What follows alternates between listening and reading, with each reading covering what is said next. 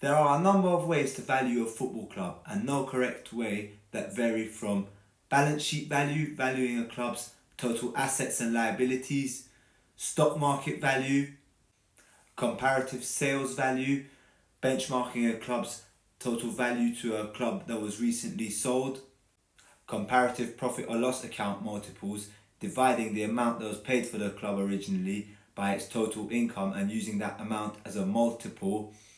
But the method I'm going to be talking about is Markham multivariate model, a formula devised by Dr. Tom Markham, who used to be head of business development at Sports Interactive, the makers behind the game Football Manager, and he came up with this formula that I'm going to leave up here so you don't get confused.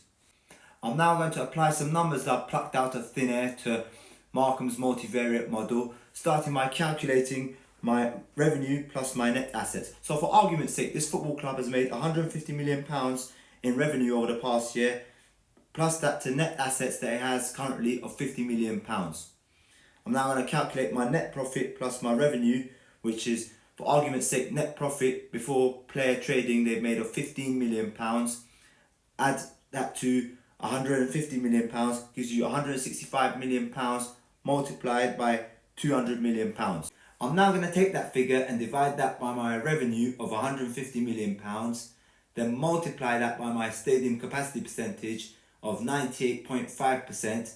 For this example, I've used a stadium of 35,000 capacity crowd, and then divide that by my wages to turnover ratio of 56.6%, being 85 million of revenue going on the wage bill.